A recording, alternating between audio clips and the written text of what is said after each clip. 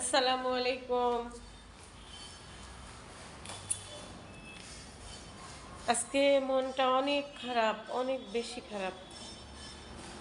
একটা মানুষের অভাব কতটা মানুষের জীবনে যে কষ্টের কারণ হয়ে দাঁড়াইছে। আল্লাহ,